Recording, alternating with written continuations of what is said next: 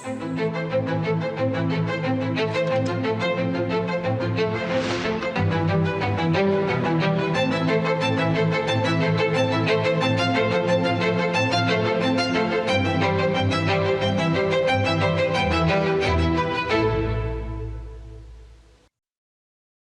പ്രിയപ്പെട്ട ദേശവാസികളെ, മൻ കി ബാത്തിൽ നിങ്ങളുമായി സംവദിക്കുന്നതും നിങ്ങളിൽ നിന്ന് പഠിക്കുന്നതും രാജ്യത്തെ ജനങ്ങളുടെ നേട്ടങ്ങളെക്കുറിച്ച് അറിയുന്നതും എനിക്ക് ശരിക്കും സന്തോഷകരമായ ഒരു അനുഭവമാണ് നൽകുന്നത്.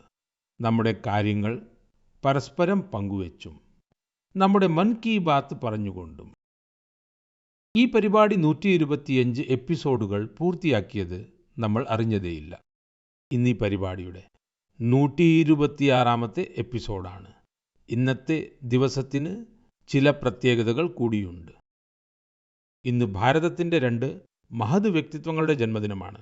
ഞാൻ സംസാരിക്കുന്നത് രക്തസാക്ഷി ഭഗത് സിംഗിനെയും ലതാ ദീദിയെയും കുറിച്ചാണ്. സുഹൃത്തുക്കളെ, അമര രക്തസാക്ഷി ഭഗത് സിംഗ് ഓരോ ഭാരതീയനും, വിശേഷിച്ച് രാജ്യത്തെ യുവാക്കൾക്കും ഒരു പ്രചോദനത്തിൻ്റെ ഉറവിടമാണ്. അദ്ദേഹത്തിൻ്റെ സ്വഭാവത്തിൽ നിർഭയത്വം നിറഞ്ഞു നിന്നിരുന്നു. രാജ്യത്തിനു വേണ്ടി തൂക്കുകയറിൽ ഏറുന്നതിന് മുമ്പ് ഭഗത് സിംഗ് ബ്രിട്ടീഷുകാർക്ക് ഒരു കത്തെഴുതിയിരുന്നു. അദ്ദേഹം അതിൽ പറഞ്ഞത് തന്നോടും തൻ്റെ സഖാക്കളോടും യുദ്ധത്തടവുകാരോടെന്ന പോലെ പെരുമാറണം എന്നാണ്. അതുകൊണ്ട് ഞങ്ങളെ തൂക്കിലേറ്റുന്നതിന് പകരം വെടിവെച്ച് കൊല്ലണം എന്നാണ്. ഇത് അദ്ദേഹത്തിൻ്റെ അടങ്ങാത്ത ധൈര്യത്തിൻ്റെ തെളിവാണ്. ഭഗത് സിംഗിനെ സംബന്ധിച്ച് ജനങ്ങളുടെ വേദനകൾ അദ്ദേഹത്തിൻ്റേത് കൂടിയായിരുന്നു. അവരെ സഹായിക്കാൻ അദ്ദേഹം എപ്പോഴും മുന്നിലുണ്ടായിരുന്നു. ഞാൻ രക്തസാക്ഷി ഭഗത് സിംഗിന് ആദരപൂർവ്വം ശ്രദ്ധാഞ്ജലി അർപ്പിക്കുന്നു. സുഹൃത്തുക്കളെ, ഇന്ന് ലതാ മങ്കേഷ്കറിൻ്റെയും ജന്മദിനമാണ്. ഭാരതീയ സംസ്കാരത്തിലും സംഗീതത്തിലും താൽപ്പര്യമുള്ള ആരും അവരുടെ ഗാനങ്ങൾ കേട്ട് വികാരാധീനരാകാതിരിക്കില്ല. മനുഷ്യൻ്റെ വികാരങ്ങളെ പിടിച്ചുലയ്ക്കുന്നതെല്ലാം അവരുടെ ഗാനങ്ങളിലുണ്ട്. അവർ ആലപിച്ച ദേശഭക്തി ഗാനങ്ങൾ ജനങ്ങൾക്ക് വലിയ പ്രചോദനമേകി. ഭാരതത്തിൻ്റെ സംസ്കാരവുമായി അവർക്ക് ആഴത്തിലുള്ള ബന്ധമുണ്ടായിരുന്നു. ഞാൻ ലതാ ദീദിക്ക് ഹൃദയത്തിൽ നിന്നും എൻ്റെ ശ്രദ്ധാഞ്ജലി അർപ്പിക്കുന്നു. സുഹൃത്തുക്കളെ, ലതാ ദീദിക്ക് പ്രചോദനമായിരുന്ന മഹത് വ്യക്തിത്വങ്ങളിൽ ഒരാളാണ് വീർ സവർക്കർ. അദ്ദേഹത്തെ അവർ താത്യ എന്നാണ് വിളിച്ചിരുന്നത്. അവർ വീർ സവർക്കർ ജിയുടെ പല ഗാനങ്ങളും തൻ്റെ സ്വരമാധുരി കൊണ്ട് അലങ്കരിച്ചു. ലതാ ദീദിയുമായുള്ള എൻ്റെ സ്നേഹബന്ധം എല്ലായ്പ്പോഴും നിലനിന്നിരുന്നു. അവർ എല്ലാ വർഷവും മുടങ്ങാതെ എനിക്ക് രാഖി അയക്കുമായിരുന്നു. ഞാൻ ഓർക്കുന്നു, മറാഠി ലളിത സംഗീതത്തിലെ മഹാനായ സുധീർ ഫഡ്കെ ജിയാണ് ആദ്യമായി എന്നെ ലതാ ദീദിക്ക് പരിചയപ്പെടുത്തിയത്. ഞാൻ ലതാ ദീദിയോട് പറഞ്ഞു. അവർ ആലപിക്കുകയും സുധീർ ജി സംഗീതം നൽകുകയും ചെയ്ത എ ജ്യോതി കലശ് ചൽക്കെ എന്ന ഗാനം എനിക്ക് വളരെ ഇഷ്ടമാണെന്ന്. സുഹൃത്തുക്കളെ, നിങ്ങളും എൻ്റെ കൂടെ ഇത് ആസ്വദിക്കൂ.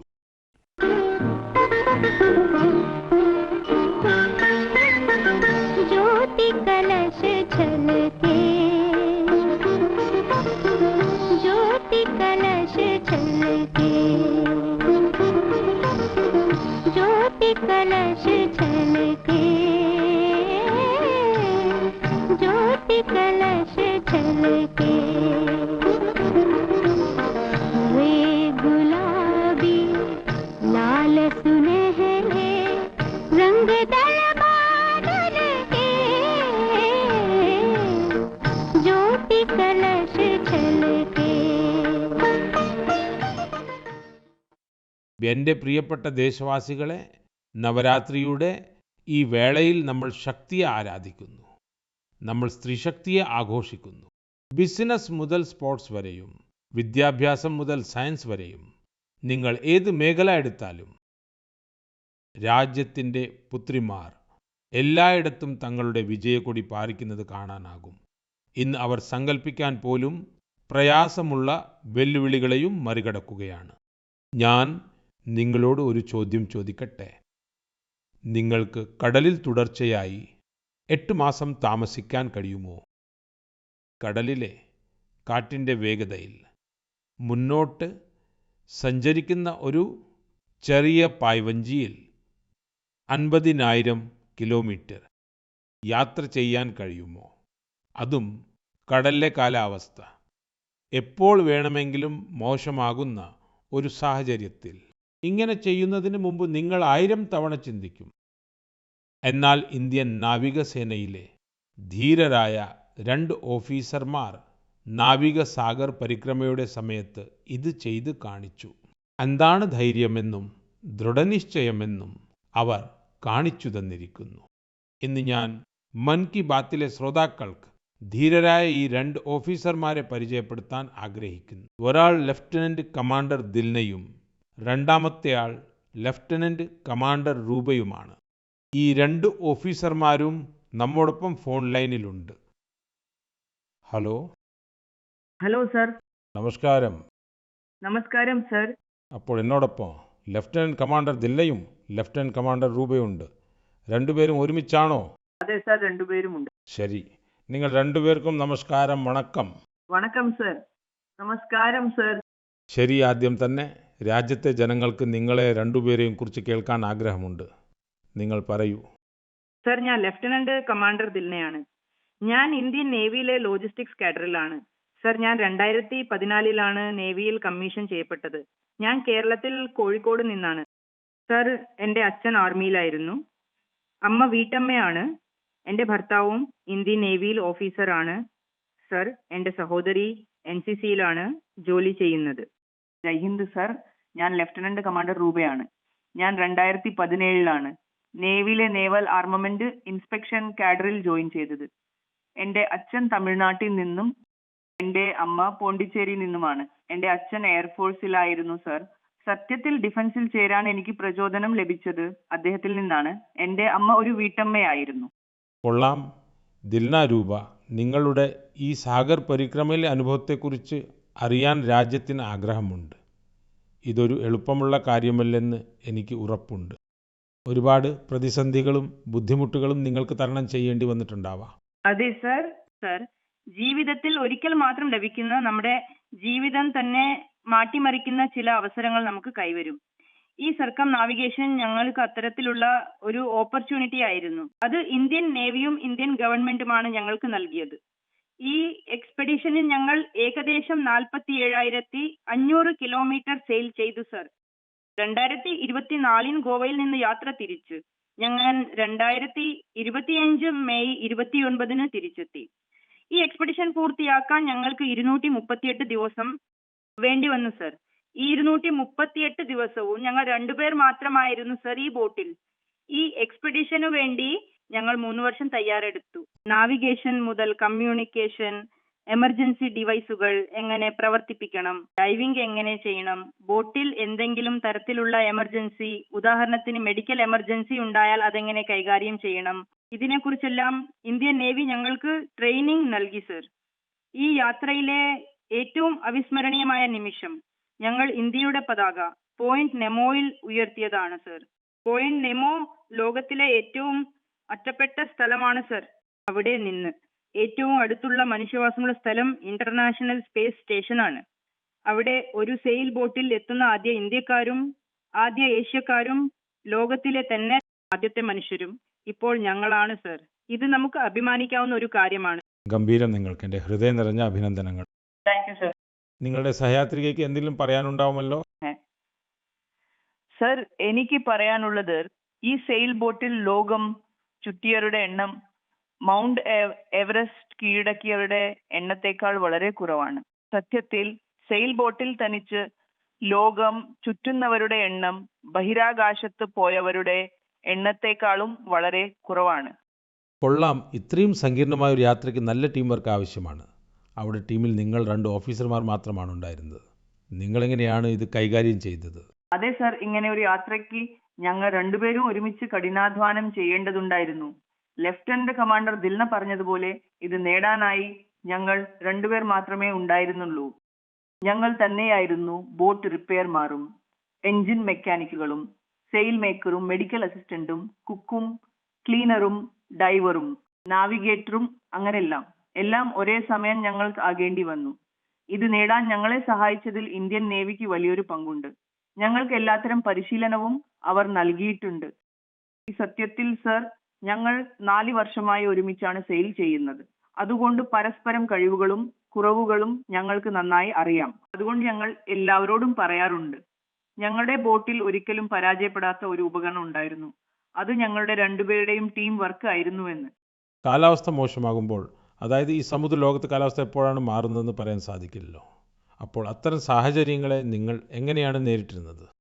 സർ, ഞങ്ങളുടെ യാത്രയിൽ ഒരുപാട് പ്രതികൂലമായ വെല്ലുവിളികൾ ഉണ്ടായിരുന്നു സർ. ഈ എക്സ്പെഡിഷനിൽ ഞങ്ങൾക്ക് ഒരുപാട് വെല്ലുവിളികൾ നേരിടേണ്ടി വന്നു. പ്രത്യേകിച്ച് സർ, സതേൺ ഓഷ്യനിൽ എപ്പോഴും കാലാവസ്ഥ മോശമായിരിക്കും. ഞങ്ങൾക്ക് 3 കൊടുങ്കാറ്റുകളെയും നേരിടേണ്ടി വന്നു. സർ, ഞങ്ങളുടെ ബോട്ടിന് വെറും 17 മീറ്റർ നീളവും 5 മീറ്റർ വീതിയുമാണുള്ളത്. പക്ഷെ ചില സമയങ്ങളിലെ തിരമാലകൾ 3 നില കെട്ടിടത്തേക്കാൾ ഉയരമുണ്ടായിരുന്നു സർ. ഞങ്ങളുടെ യാത്രയിൽ അതികഠിനമായ ചൂടും അതികഠിനമായ തണുപ്പും ഞങ്ങൾ നേരിട്ടിട്ടുണ്ട്. സർ, അന്റാർട്ടിക്കയിൽ ഞങ്ങൾ സെയിൽ ചെയ്യുമ്പോൾ അവിടെ താപനില 1 ഡിഗ്രി സെൽഷ്യസും മണിക്കൂറിൽ 90 കിലോമീറ്റർ വേഗതയിലുള്ള കാറ്റും രണ്ടും ഒരുമിച്ച് നേരിടേണ്ടി വന്നു. തണുപ്പിൽ നിന്ന് രക്ഷപ്പെടാൻ ഞങ്ങൾ 6-7 പാളി വസ്ത്രങ്ങൾ ധരിക്കുമായിരുന്നു. സതേൺ ഓഷ്യൻ മുഴുവനും ഞങ്ങൾ ഇത്തരത്തിൽ 7 പാളി വസ്ത്രങ്ങൾ ധരിച്ചാണ് യാത്ര ചെയ്തത്. സർ, ചില സമയങ്ങളിൽ ഞങ്ങൾ ഗ്യാസ് സ്റ്റോവ് ഉപയോഗിച്ച് കൈകൾ ചൂടാക്കുമായിരുന്നു സർ. ചില സാഹചര്യങ്ങളിൽ സർ, കാറ്റ് തീരെ ഇല്ലാതാവുകയും ഞങ്ങൾ പായ എല്ലാം താഴ്ത്തി വെതുരുകി നടക്കുകയും ചെയ്യുമായിരുന്നു. അത്തരം സാഹചര്യങ്ങളിലാണ് സത്യത്തിൽ ഞങ്ങളുടെ ക്ഷമ പരീക്ഷിക്കപ്പെടുന്നത്. നമ്മുടെ പെൺമക്കൾ ഇത്രയധികം കഷ്ടപ്പാടുകൾ സഹിച്ചു എന്നറിയുമ്പോൾ ആളുകൾ അത്ഭുതപ്പെടും. നിങ്ങൾ പല രാജ്യങ്ങളിലും തങ്ങിയല്ലോ. അവിടെയൊക്കെ ആളുകൾ നിങ്ങളെ കണ്ടപ്പോൾ എന്തായിരുന്നു അനുഭവം? അതെ സർ, ഞങ്ങൾക്ക് വളരെ നല്ല അനുഭവങ്ങളാണ് ലഭിച്ചത്. 8 മാസത്തിനിടയിൽ ഞങ്ങൾ 4 സ്ഥലങ്ങളിൽ നിർത്തിയിരുന്നു. ഓസ്ട്രേലിയ, ന്യൂസിലാൻഡ്, ഫോർട്ട് സ്റ്റാൻലി, പിന്നെ സൗത്ത് ആഫ്രിക്ക. ഓരോ സ്ഥലത്തും ശരാശരി എത്ര സമയം തങ്ങേണ്ടി വന്നു? സർ, ഞങ്ങൾ ഒരു സ്ഥലത്ത് 14 ദിവസമാണ് താമസിച്ചത്. 14 ദിവസം ഒരു സ്ഥലത്തോ? അതെ സർ. പിന്നെ സർ, ഞങ്ങൾ ലോകത്തിന്റെ എല്ലാ കോണിലും ഇന്ത്യക്കാരെ കണ്ടു സർ. അവരും വളരെ ആക്റ്റീവായും നല്ല ആത്മവിശ്വാസത്തോടെയും ഭാരതത്തിന്റെ യശസ്സുയർത്തുകയാണ്. പിന്നെ ഞങ്ങൾക്ക് തോന്നിയത് ഞങ്ങളുടെ ഈ വിജയം സർ, അവർ അവിടെ കൂടെ വിജയമായിട്ടാണ് കണ്ടതെന്നാണ്. കൂടാതെ ഓരോ സ്ഥലത്തും ഞങ്ങൾക്ക് വ്യത്യസ്തമായ അനുഭവങ്ങൾ ലഭിച്ചു.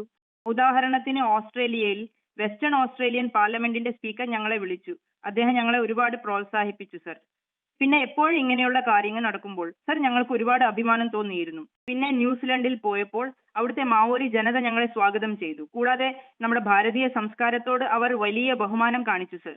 പിന്നെ ഒരു പ്രധാനപ്പെട്ട കാര്യമുണ്ട് സർ. ഫോർട്ട് സ്റ്റാൻലി ഒരു ഒറ്റപ്പെട്ട ദ്വീപാണ് സർ. അത് സൗത്ത് അമേരിക്കയുടെ അടുത്താണ്. അവിടുത്തെ ആകെ ജനസംഖ്യ വെറും 3500 മാത്രമാണ് സർ. പക്ഷേ അവിടെ ഞങ്ങൾ കണ്ടത് ഒരു മിനി ഇന്ത്യയാണ്. അവിടെ 45 ഇന്ത്യക്കാർ ഉണ്ടായിരുന്നു. അവർ ഞങ്ങളെ സ്വന്തക്കാരെ പോലെ ട്രീറ്റ് ചെയ്തു. ഞങ്ങൾക്ക് അതൊരു സ്വന്തം വീടാണെന്ന തോന്നലുണ്ടാക്കി സർ. നിങ്ങളെപ്പോലെ വ്യത്യസ്തമായ എന്തെങ്കിലും ചെയ്യാൻ ആഗ്രഹിക്കുന്ന രാജ്യത്തെ പെൺമക്കൾക്ക് നിങ്ങൾ രണ്ടുപേരും എന്ത് സന്ദേശമാണ് നൽകാൻ ആഗ്രഹിക്കുന്നത്? സർ, ഞാനിപ്പോൾ ലഫ്റ്റനന്റ് കമാൻഡർ റൂബയാണ് സംസാരിക്കുന്നത്. അങ്ങയിലൂടെ എനിക്ക് എല്ലാവരോടുമായി പറയാനുള്ളത്, ആരെങ്കിലും മനസ്സ് വെച്ച് കഠിനാധ്വാനം ചെയ്താൽ ഈ ലോകത്ത് ഒന്നും അസാധ്യമല്ല എന്നാണ്. നിങ്ങൾ എവിടെ നിന്നാണ്, എവിടെയാണ് ജനിച്ചത് എന്നതൊന്നും ഒരു വിഷയമേ അല്ല. സർ, ഞങ്ങളുടെ രണ്ടുപേരുടെയും ആഗ്രഹം ഭാരതത്തിലെ യുവാക്കളും സ്ത്രീകളും വലിയ സ്വപ്നങ്ങൾ കാണണം. ഭാവിയിൽ എല്ലാ പെൺകുട്ടികളും സ്ത്രീകളും പ്രതിരോധ രംഗത്തും കായിക രംഗത്തും സാഹസിക രംഗത്തും പങ്കാളികളായി രാജ്യത്തിന്റെ യശസ്സുയർത്തണം എന്നാണ്. അതിൽന, റൂബ, നിങ്ങളുടെ വാക്കുകൾ കേട്ട് എനിക്ക് വളരെ ആവേശം തോന്നുന്നു. എത്ര വലിയ സാഹസമാണ് നിങ്ങൾ ചെയ്തത്. നിങ്ങൾക്ക് രണ്ടുപേർക്കും എൻ്റെ വക ഒരുപാട് നന്ദി. തീർച്ചയായും നിങ്ങളുടെ കഠിനാധ്വാനവും വിജയവും നേട്ടങ്ങളും രാജ്യത്തെ യുവാക്കളെയും യുവതികളെയും ഒരുപാട് പ്രചോദിപ്പിക്കും. ഇതുപോലെ ത്രിവർണ്ണ പതാക പാറിച്ചുകൊണ്ടേയിരിക്കുക. ഭാവിയിലെ പരിശ്രമങ്ങൾക്ക് നിങ്ങൾക്ക് എൻ്റെ എല്ലാവിധ ആശംസകളും. Sir, thank you. വളരെയധികം നന്ദി. വണക്കം. നമസ്കാരം. നമസ്കാരം സർ. സുഹൃത്തുക്കളെ, നമ്മുടെ ഉത്സവങ്ങളും ആഘോഷങ്ങളും ഭാരതത്തിൻ്റെ സംസ്കാരത്തെ സജീവമായി നിലനിർത്തുന്നു. ദീപാവലിക്ക് ശേഷം വരുന്ന അത്തരത്തിലുള്ള ഒരു പുണ്യ ഉത്സവമാണ് ഛഠ് പൂജ. സൂര്യദേവൻ സമർപ്പിച്ചിരിക്കുന്ന ഈ മഹോത്സവം വളരെ സവിശേഷമാണ്. ഇതിൽ നമ്മൾ അസ്തമിക്കുന്ന സൂര്യനും അർഘ്യം അർപ്പിക്കുന്നു, അദ്ദേഹത്തെ ആരാധിക്കുന്നു. ഛഠ് രാജ്യത്തിൻ്റെ വിവിധ ഭാഗങ്ങളിൽ മാത്രമല്ല ആഘോഷിക്കുന്നത്, മറിച്ച് ലോകമെമ്പാടും അതിൻ്റെ ശോഭ കാണാൻ സാധിക്കും. ഇന്നിത് ഒരു ആഗോള ഉത്സവമായി മാറിക്കൊണ്ടിരിക്കുകയാണ്. സുഹൃത്തുക്കളെ, നിങ്ങളോട് ഇത് പറയാൻ എനിക്ക് അതിയായ സന്തോഷമുണ്ട്. ഭാരത സർക്കാരും ഛഠ് പൂജയുമായി ബന്ധപ്പെട്ട് ഒരു വലിയ ശ്രമത്തിൽ ഏർപ്പെട്ടിരിക്കുകയാണ്. ഭാരത സർക്കാർ ഛഠ് മഹോത്സവത്തെ യുനെസ്കോയുടെ ഇൻടാഞ്ചിബിൾ കൾച്ചറൽ ഹെറിറ്റേജ് ലിസ്റ്റിൽ, അതായത് യുനെസ്കോയുടെ സാംസ്കാരിക പൈതൃകത്തിൻ്റെ പട്ടികയിൽ ഉൾപ്പെടുത്താൻ ശ്രമിച്ചുകൊണ്ടിരിക്കുകയാണ്. ഛഠ് പൂജ യുനെസ്കോയുടെ പട്ടികയിൽ ഉൾപ്പെടുമ്പോൾ ലോകത്തിൻ്റെ എല്ലാ കോണിലുമുള്ള ആളുകൾക്കും അതിൻ്റെ മഹത്വവും ദിവ്യത്വവും അനുഭവിക്കാൻ സാധിക്കും. സുഹൃത്തുക്കളെ, കുറച്ചു കാലം മുൻപ് ഭാരത സർക്കാരിൻ്റെ സമാനമായ പരിശ്രമങ്ങളുടെ ഫലമായി കൊൽക്കത്തയിലെ ദുർഗാ പൂജയും യുനെസ്കോയുടെ ഈ ലിസ്റ്റിൽ ഉൾപ്പെട്ടു. നമ്മുടെ സാംസ്കാരിക പരിപാടികൾക്ക് ഇതുപോലെ ആഗോള അംഗീകാരം നേടിക്കൊടുക്കുമ്പോൾ ലോകം അവയെക്കുറിച്ച് അറിയുകയും മനസ്സിലാക്കുകയും ചെയ്യും, അവയിൽ പങ്കുചേരാൻ മുന്നോട്ട് വരും. സുഹൃത്തുക്കളെ, ഒക്ടോബർ 2 ഗാന്ധി ജയന്തിയാണ്. ഗാന്ധിജി എപ്പോഴും സ്വദേശി ഉത്പന്നങ്ങൾ ഉപയോഗിക്കുന്നതിന് ഊന്നൽ നൽകിയിരുന്നു. അവയിൽ ഖാദി ഏറ്റവും പ്രധാനപ്പെട്ടതായിരുന്നു. നിർഭാഗ്യവശാൽ സ്വാതന്ത്ര്യത്തിന് ശേഷം ഖാദിയുടെ പ്രഭാവം കുറഞ്ഞു വരികയായിരുന്നു. എന്നാൽ കഴിഞ്ഞ 11 വർഷത്തിനുള്ളിൽ ഖാദിയോടുള്ള രാജ്യത്തെ ജനങ്ങളുടെ ആകർഷണം വളരെയധികം വർദ്ധിച്ചിട്ടുണ്ട്. കഴിഞ്ഞ കുറച്ച് വർഷങ്ങളായി ഖാദിയുടെ വിൽപ്പനയിൽ വലിയ വർധനവാണ് കാണുന്നത്. ഒക്ടോബർ 2 ഏതെങ്കിലും ഒരു ഖാദി ഉൽപ്പന്നം തീർച്ചയായും വാങ്ങണമെന്ന് ഞാൻ നിങ്ങളോടെല്ലാവരോടും അഭ്യർത്ഥിക്കുകയാണ്. എന്നിട്ട് അഭിമാനത്തോടെ പറയൂ, ഇത് സ്വദേശിയാണ് എന്ന്. അത് സോഷ്യൽ മീഡിയയിൽ വോക്കൽ ഫോർ ലോക്കൽ എന്നതിനൊപ്പം ഷെയർ ചെയ്യുകയും വേണം. സുഹൃത്തുക്കളെ, ഖാദിയെപ്പോലെ തന്നെ നമ്മുടെ കൈത്തറി, കരകൗശല മേഖലകളിലും ഒരുപാട് മാറ്റങ്ങൾ കാണാൻ സാധിക്കുന്നുണ്ട്. ഇന്ന് നമ്മുടെ രാജ്യത്ത് അത്തരം നിരവധി ഉദാഹരണങ്ങൾ രൂപപ്പെട്ടു വരുന്നുണ്ട്. അവ വ്യക്തമാക്കുന്നത് പാരമ്പര്യവും ഇന്നോവേഷനും ഒരുമിച്ച് ചേർത്താൽ അത്ഭുതകരമായ ഫലങ്ങൾ ലഭിക്കുമെന്നാണ്. ഉദാഹരണത്തിന് തമിഴ്നാട്ടിലെ യാഴ് നാച്ചുറൽസ് എടുക്കാം. അവിടെ അശോക് ജഗദീശനും പ്രേം സെൽവരാജും തങ്ങളുടെ കോർപ്പറേറ്റ് ജോലി ഉപേക്ഷിച്ച് ഒരു പുതിയ സംരംഭത്തിന് തുടക്കം കുറിച്ചു. അവർ പുല്ലും വാരനാരും ഉപയോഗിച്ച് യോഗ മാറ്റുകളുണ്ടാക്കി, ഹെർബൽ ചായങ്ങൾ ഉപയോഗിച്ച് വസ്ത്രങ്ങൾക്ക് നിറം നൽകി, കൂടാതെ 200 കുടുംബങ്ങൾക്ക് പരിശീലനം നൽകി അവർക്ക് തൊഴിലും നൽകി. ജാർഖണ്ഡിലെ ആശിഷ് സത്യവ്രത് സാഹു ജോഹർഗ്രാം ബ്രാൻഡിലൂടെ ആദിവാസി നെയ്ത്തും വസ്ത്രങ്ങളും ഗ്ലോബൽ റാമ്പിൽ എത്തിച്ചിരിക്കുന്നു. അദ്ദേഹത്തിൻ്റെ പ്രയത്നങ്ങളുടെ ഫലമായി ഇന്ന് ജാർഖണ്ഡിൻ്റെ സാംസ്കാരിക പൈതൃകത്തെക്കുറിച്ച് മറ്റ് രാജ്യങ്ങളിലെ ആളുകളും അറിയാൻ തുടങ്ങിയിരിക്കുന്നു. ബീഹാറിലെ മധുബനി ജില്ലയിൽ നിന്നുള്ള സ്വീറ്റി കുമാരിയും സങ്കൽപ് ക്രിയേഷൻ എന്ന സംരംഭം ആരംഭിച്ചിട്ടുണ്ട്. മിഥില പെയിന്റിങ്ങിനെ അവർ സ്ത്രീകളുടെ ഉപജീവന മാർഗമാക്കി മാറ്റിയിരിക്കുന്നു. ഇന്ന് 500-ലധികം ഗ്രാമീണ വനിതകൾ അവരോടൊപ്പം ചേർന്ന് സ്വാശ്രയത്വത്തിൻ്റെ പാതയിലാണ്. ഈ വിജയഗാഥകളെല്ലാം നമ്മെ പഠിപ്പിക്കുന്നത് നമ്മുടെ പാരമ്പര്യങ്ങളിൽ വരുമാനത്തിനുള്ള എത്രയോ മാർഗങ്ങൾ ഒളിഞ്ഞിരിപ്പുണ്ടെന്നാണ്. നമ്മുടെ നിശ്ചയദാർഢ്യം ഉറച്ചതാണെങ്കിൽ വിജയം നമ്മിൽ നിന്ന് അകന്നു പോകില്ല. പ്രിയപ്പെട്ട ദേശവാസികളെ, അടുത്ത കുറച്ച് ദിവസങ്ങൾക്കുള്ളിൽ നമ്മൾ വിജയദശമി ആഘോഷിക്കാൻ പോവുകയാണ്. ഇത്തവണത്തെ വിജയദശമി മറ്റൊരു കാരണം കൊണ്ടുകൂടി വളരെ സവിശേഷമാണ്. ഈ ദിവസം രാഷ്ട്രീയ സ്വയംസേവക് സംഘ് സ്ഥാപിതമായിട്ട് 100 വർഷം തികയുകയാണ്. ഒരു നൂറ്റാണ്ട് നീണ്ട ഈ യാത്ര അത്ഭുതകരവും അഭൂതപൂർവവും അത്ര തന്നെ പ്രചോദനാത്മകവുമാണ്. 100 വർഷം മുൻപ് രാഷ്ട്രീയ സ്വയംസേവക് സംഘ് സ്ഥാപിതമായപ്പോൾ നമ്മുടെ രാജ്യം നൂറ്റാണ്ടുകളായി അടിമത്തത്തിൻ്റെ ചങ്ങലകളാൽ ബന്ധിക്കപ്പെട്ടിരിക്കുകയായിരുന്നു. നൂറ്റാണ്ടുകൾ നീണ്ട ഈ അടിമത്തം നമ്മുടെ സ്വാഭിമാനത്തിനും ആത്മവിശ്വാസത്തിനും ആഴത്തിൽ മുറിവേൽപ്പിച്ചിരുന്നു. ലോകത്തിലെ ഏറ്റവും പുരാതനമായ സംസ്കാരത്തിന് മുന്നിൽ ഒരു സ്വത്വ പ്രതിസന്ധി സൃഷ്ടിക്കപ്പെടുകയായിരുന്നു. ദേശവാസികൾ അപകർഷതാബോധത്തിന് ഇരയാകാൻ തുടങ്ങിയിരുന്നു. അതുകൊണ്ട് രാജ്യത്തിൻ്റെ സ്വാതന്ത്ര്യത്തോടൊപ്പം രാജ്യം ആശയപരമായ അടിമത്തത്തിൽ നിന്നും മോചിതരാകേണ്ടത് പ്രധാനമായിരുന്നു. പ്രസ്തുത സാഹചര്യത്തിൽ പരംപൂജനീയ ഡോക്ടർ ഹെഡ്ഗേവാർ ജി ഈ വിഷയത്തിൽ ഗാഢമായി ചിന്തിക്കാൻ തുടങ്ങി. തുടർന്ന് ഈ ഭഗീരഥ പ്രയത്നത്തിനായി അദ്ദേഹം 1925 വിജയദശമിയുടെ പുണ്യവേളയിൽ രാഷ്ട്രീയ സ്വയംസേവക് സംഘിന് രൂപം നൽകി. ഡോക്ടർ സാഹിബിന്റെ കാലശേഷം പരംപൂജനീയ ഗുരുജി രാഷ്ട്രസേവനമാകുന്ന ഈ മഹായജ്ഞം മുന്നോട്ട് കൊണ്ടുപോയി. പരംപൂജനീയ ഗുരുജി പറയാറുണ്ടായിരുന്നു, രാഷ്ട്രായ സ്വാഹ ഇതം രാഷ്ട്രായ ഇതെന്ന മമ, അതായത് ഇത് എൻ്റേതല്ല, ഇത് രാഷ്ട്രത്തിൻ്റെതാണ്. ഇതിൽ സ്വാർത്ഥതയ്ക്ക് അതീതമായി രാഷ്ട്രത്തിനായി സ്വയം സമർപ്പിക്കാനുള്ള പ്രചോദനമുണ്ട്. ഗുരുജി ഗോൾവാൾക്കർ ജിയുടെ ഈ വാക്യം ലക്ഷക്കണക്കിന് സ്വയംസേവകർക്ക് ത്യാഗത്തിൻ്റെയും സേവനത്തിൻ്റെയും പാത കാണിച്ചു കൊടുത്തു. ത്യാഗത്തിൻ്റെയും സേവനത്തിൻ്റെയും മനോഭാവവും അച്ചടക്കത്തിൻ്റെ പാഠവുമാണ് സംഘത്തിൻ്റെ യഥാർത്ഥ ശക്തി. ഇന്ന് RSS 100 വർഷമായി തളരാതെ നിർത്താതെ രാഷ്ട്രസേവനത്തിൽ ഏർപ്പെട്ടിരിക്കുകയാണ്. അതുകൊണ്ടാണ് നമ്മൾ കാണുന്നത്, രാജ്യത്ത് എവിടെ പ്രകൃതി ദുരന്തമുണ്ടായാലും RSSന്റെ സ്വയംസേവകർ ആദ്യം അവിടെ എത്തുന്നത്. സ്വയംസേവകരുടെ ജീവിതത്തിലെ ഓരോ പ്രവൃത്തിയിലും ഓരോ ശ്രമത്തിലും രാഷ്ട്രം പ്രഥമം, നേഷൻ ഫസ്റ്റ് എന്ന ഈ വികാരം എല്ലായ്പ്പോഴും സർവോപരിയായി നിലകൊള്ളുന്നു. രാഷ്ട്രസേവനമാകുന്ന ഈ മഹായജ്ഞത്തിൽ സ്വയം സമർപ്പിക്കുന്ന ഓരോ സ്വയംസേവകനും ഞാൻ എൻ്റെ ആശംസകൾ നേരുന്നു. എൻ്റെ പ്രിയപ്പെട്ട ദേശവാസികളെ, അടുത്ത മാസം ഒക്ടോബർ 7 മഹർഷി വാൽമീകി ജയന്തിയാണ്. നമുക്കെല്ലാവർക്കും അറിയാം, മഹർഷി വാൽമീകി ഭാരതീയ സംസ്കാരത്തിൻ്റെ എത്ര വലിയ ആധാരശിലയാണെന്ന്. ഭഗവാൻ ശ്രീരാമന്റെ അവതാര കഥകൾ ഇത്ര വിസ്തരിച്ച് നമുക്ക് പരിചയപ്പെടുത്തി തന്നത് മഹർഷി വാൽമീകിയായിരുന്നു. അദ്ദേഹം മാനവരാശിക്ക് രാമായണം പോലൊരു അദ്ഭുത ഗ്രന്ഥം നൽകി.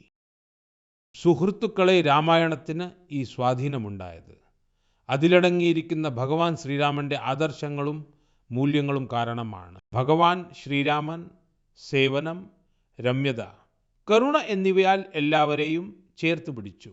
അതുകൊണ്ടാണ് നമ്മൾ കാണുന്നത്, മഹർഷി വാൽമീകിയുടെ രാമായണത്തിലെ രാമൻ മാതാ ശബരിയോടും നിഷാദരാജനോടും ചേരുമ്പോഴാണ് പൂർണ്ണനാകുന്നത് എന്ന്. അതുകൊണ്ടാണ് സുഹൃത്തുക്കളെ, അയോധ്യയിൽ രാമക്ഷേത്രം നിർമ്മിച്ചപ്പോൾ അതോടൊപ്പം നിഷാദരാജൻ്റെയും മഹർഷി വാൽമീകിയുടെയും ക്ഷേത്രങ്ങൾ നിർമ്മിച്ചത്.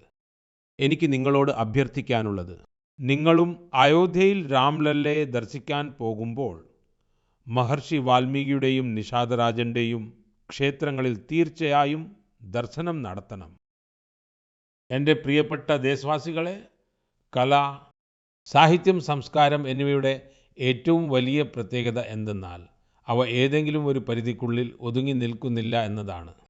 അതിൻ്റെ സുഗന്ധം എല്ലാ അതിരുകളെയും ഭേദിച്ച് ജനങ്ങളുടെ മനസ്സിൽ സ്പർശിക്കുന്നു. ഈയിടെ പാരീസിലെ ഒരു കൾച്ചറൽ ഇൻസ്റ്റിറ്റ്യൂട്ടായ സോന്ത് മണ്ഡപ് അതിൻ്റെ 50 വർഷം പൂർത്തിയാക്കി. ഈ സെൻറ്റർ ഭാരതീയ നൃത്തത്തെ ജനപ്രിയമാക്കുന്നതിൽ വലിയ സംഭാവനയാണ് നൽകിയിട്ടുള്ളത്. ഇത് സ്ഥാപിച്ചത് മിലേന സാൽവിനിയാണ്. ഏതാനും വർഷങ്ങൾക്കു മുമ്പ് അവരെ പത്മശ്രീ നൽകി ആദരിച്ചിരുന്നു. ഞാൻ സോന്ത് മണ്ഡപയുമായി ബന്ധപ്പെട്ട എല്ലാവരെയും അഭിനന്ദിക്കുന്നു. ഭാവിയിലെ പ്രവർത്തനങ്ങൾക്ക് ആശംസകൾ നേരുകയും ചെയ്യുന്നു. സുഹൃത്തുക്കളെ, ഇപ്പോൾ ഞാൻ നിങ്ങളെ 2 ചെറിയ ഓഡിയോ ക്ലിപ്പുകൾ കേൾപ്പിക്കാം. ശ്രദ്ധിച്ചു കേൾക്കുക. ദയാലു സിതകിൻ സിതനാ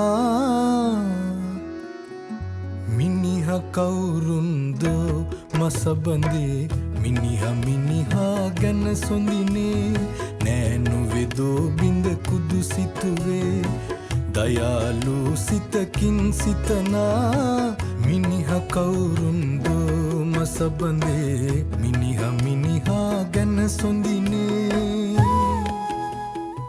ഇനി രണ്ടാമത്തെ ക്ലിപ്പും കേൾക്കൂ. മനിതൻ മനിതനുക്കായില്ലയേ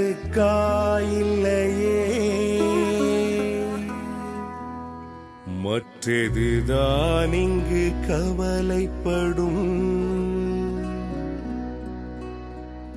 கருணையுள்ளத்தில் பரவிடவே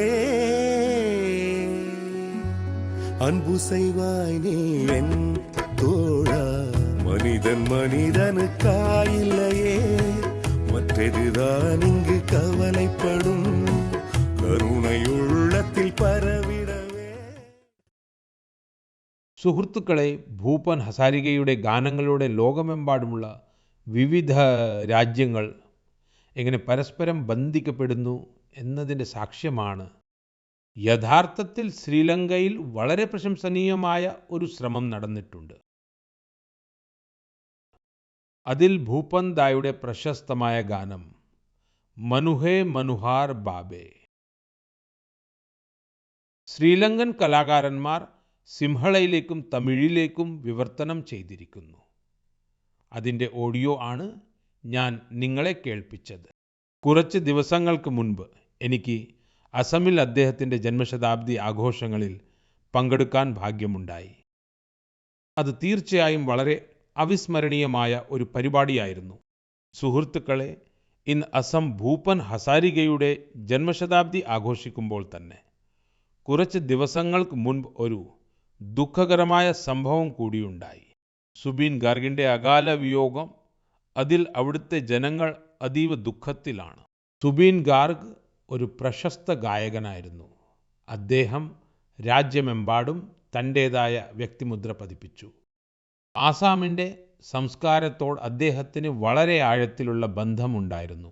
സുബീൻ ഗാർഗ് നമ്മുടെ ഓർമ്മകളിൽ എന്നും ജീവിക്കും. അദ്ദേഹത്തിൻ്റെ സംഗീതം വരും തലമുറകളെ വിസ്മയിപ്പിച്ചുകൊണ്ടിരിക്കും. ജുബിൻ ഗാർഗ് ആസിൽ അഹോമോർ ഹമോസ് കൃതിർ ഉജ്ജ്വൽ രത്നോ ജനോതാർ ഹൃദയോത് തെയോ ഹദായ് ജിയായ് താക്കിബോ. സുഹൃത്തുക്കളെ, കുറച്ച് ദിവസങ്ങൾക്ക് മുൻപ് നമ്മുടെ രാജ്യത്തിന് ഒരു മഹാനായ ചിന്തകനും തത്വജ്ഞാനിയുമായ എസ്.എൽ. ഭൈരപ്പയെയും നഷ്ടമായി. എനിക്ക് ഭൈരപ്പജിയുമായി വ്യക്തിപരമായ ബന്ധമുണ്ടായിരുന്നു. ഞങ്ങൾക്കിടയിൽ പല അവസരങ്ങളിലും വിവിധ വിഷയങ്ങളിൽ ഗഹനമായ ചർച്ചകൾ നടന്നിട്ടുണ്ട്. അദ്ദേഹത്തിൻ്റെ രചനകൾ യുവതലമുറയുടെ ചിന്തകൾക്ക് ദിശാബോധം നൽകിക്കൊണ്ടിരിക്കും. അദ്ദേഹത്തിൻ്റെ കന്നഡയിലുള്ള ഒരുപാട് രചനകളുടെ വിവർത്തനങ്ങളും ലഭ്യമാണ്. നമ്മുടെ വേരുകളിലും സംസ്കാരത്തിലും അഭിമാനിക്കേണ്ടതിൻ്റെ പ്രാധാന്യം അദ്ദേഹം നമ്മെ പഠിപ്പിച്ചു. ഞാൻ എസ്.എൽ. ഭൈരപ്പക്ക് എൻ്റെ ആദരാഞ്ജലികൾ അർപ്പിക്കുന്നു. അതോടൊപ്പം യുവാക്കളോട് അദ്ദേഹത്തിൻ്റെ കൃതികൾ വായിക്കാൻ അഭ്യർത്ഥിക്കുകയും ചെയ്യുന്നു. എൻ്റെ പ്രിയപ്പെട്ട ദേശവാസികളെ, വരും ദിവസങ്ങളിൽ ഒന്നിനു പുറകെ ഒന്നായി ഉത്സവങ്ങളും സന്തോഷങ്ങളും വരാനിരിക്കുകയാണ്. ഓരോ ആഘോഷത്തിനും നമ്മൾ ധാരാളം സാധനങ്ങൾ വാങ്ങാറുണ്ട്. ഇത്തവണയാണെങ്കിൽ GST ബച്ചത് ഉത്സവം നടക്കുന്നുണ്ട്. സുഹൃത്തുക്കളെ, ഒരു പ്രതിജ്ഞ എടുത്താൽ നിങ്ങൾക്ക് നിങ്ങളുടെ ആഘോഷങ്ങളെ കൂടുതൽ സവിശേഷമാക്കാൻ കഴിയും. ഇത്തവണത്തെ ആഘോഷങ്ങൾ സ്വദേശി ഉത്പന്നങ്ങൾ കൊണ്ടുമാത്രം ആഘോഷിക്കുമെന്ന് നമ്മൾ തീരുമാനിക്കുകയാണെങ്കിൽ നമ്മുടെ ആഘോഷങ്ങളുടെ ശോഭ പലമടങ്ങ് വർദ്ധിക്കുന്നത് കാണാം. വോക്കൽ ഫോർ ലോക്കൽ ഉൽപ്പന്നങ്ങൾ വാങ്ങുന്നതിൻ്റെ മന്ത്രമാക്കൂ. രാജ്യത്ത് നിർമ്മിച്ചത് മാത്രമേ വാങ്ങൂ എന്ന് എന്നേക്കുമായി തീരുമാനിക്കൂ. രാജ്യത്തെ ജനങ്ങൾ നിർമ്മിച്ചത് മാത്രം വീട്ടിലേക്ക് കൊണ്ടുപോകുക. രാജ്യത്തെ ഏതെങ്കിലും ഒരു പൗരന്റെ അധ്വാനമുള്ള ആ ഉൽപ്പന്നം മാത്രം ഉപയോഗിക്കുക. നമ്മളൊരു ഉൽപ്പന്നം മാത്രമല്ല വാങ്ങുന്നത്, ഒരു കുടുംബത്തിൻ്റെ പ്രതീക്ഷയാണ് വീട്ടിലേക്ക് കൊണ്ടുവരുന്നത്. ഒരു കരകൗശല വിദഗ്ധൻ്റെ അധ്വാനത്തെയാണ് ബഹുമാനിക്കുന്നത്. ഒരു യുവ സംരംഭകൻ്റെ സ്വപ്നങ്ങൾക്ക് ചിറകുകൾ നൽകുകയാണ്. സുഹൃത്തുക്കളെ, ആഘോഷവേളകളിൽ നമ്മളെല്ലാവരും നമ്മുടെ വീട് വൃത്തിയാക്കുന്നതിൽ ഏർപ്പെടാറുണ്ട്. എന്നാൽ ശുചിത്വം വീടിൻ്റെ 4 ചുവരുകൾക്കുള്ളിൽ മാത്രം ഒതുങ്ങി നിൽക്കരുത്. തെരു, പരിസരം, കമ്പോളം, ഗ്രാമം എന്നിവിടങ്ങളിലെല്ലാം ശുചിത്വം പാലിക്കേണ്ടത് നമ്മുടെ ഉത്തരവാദിത്തമാണ്. സുഹൃത്തുക്കളെ, നമുക്ക് ഈ സമയമെല്ലാം ആഘോഷങ്ങളുടെ കാലമാണ്. അതിൽ ദീപാവലി ഒരു തരത്തിൽ ഒരു മഹോത്സവമാണ്. ഞാൻ നിങ്ങൾക്കെല്ലാവർക്കും വരാനിരിക്കുന്ന ദീപാവലിയുടെ എല്ലാവിധ ആശംസകളും നേരുന്നു. എന്നാൽ അതോടൊപ്പം ഞാൻ വീണ്ടും ആവർത്തിക്കുന്നു, നമ്മൾ സ്വയം പര്യാപ്തമാവണം. രാജ്യത്തെ സ്വയം പര്യാപ്തമാക്കുക തന്നെ വേണം. അതിനുള്ള വഴി സ്വദേശിയിലൂടെയാണ് സാധ്യമാകുന്നത്. സുഹൃത്തുക്കളെ, മൻ കി ബാത്തിൽ ഇത്തവണ ഇത്രമാത്രം. അടുത്ത മാസം പുതിയ ഗാഥകളും പ്രചോദനങ്ങളുമായി വീണ്ടും കാണാം. അതുവരെ നിങ്ങൾക്കെല്ലാവർക്കും ആശംസകൾ. വളരെയധികം നന്ദി.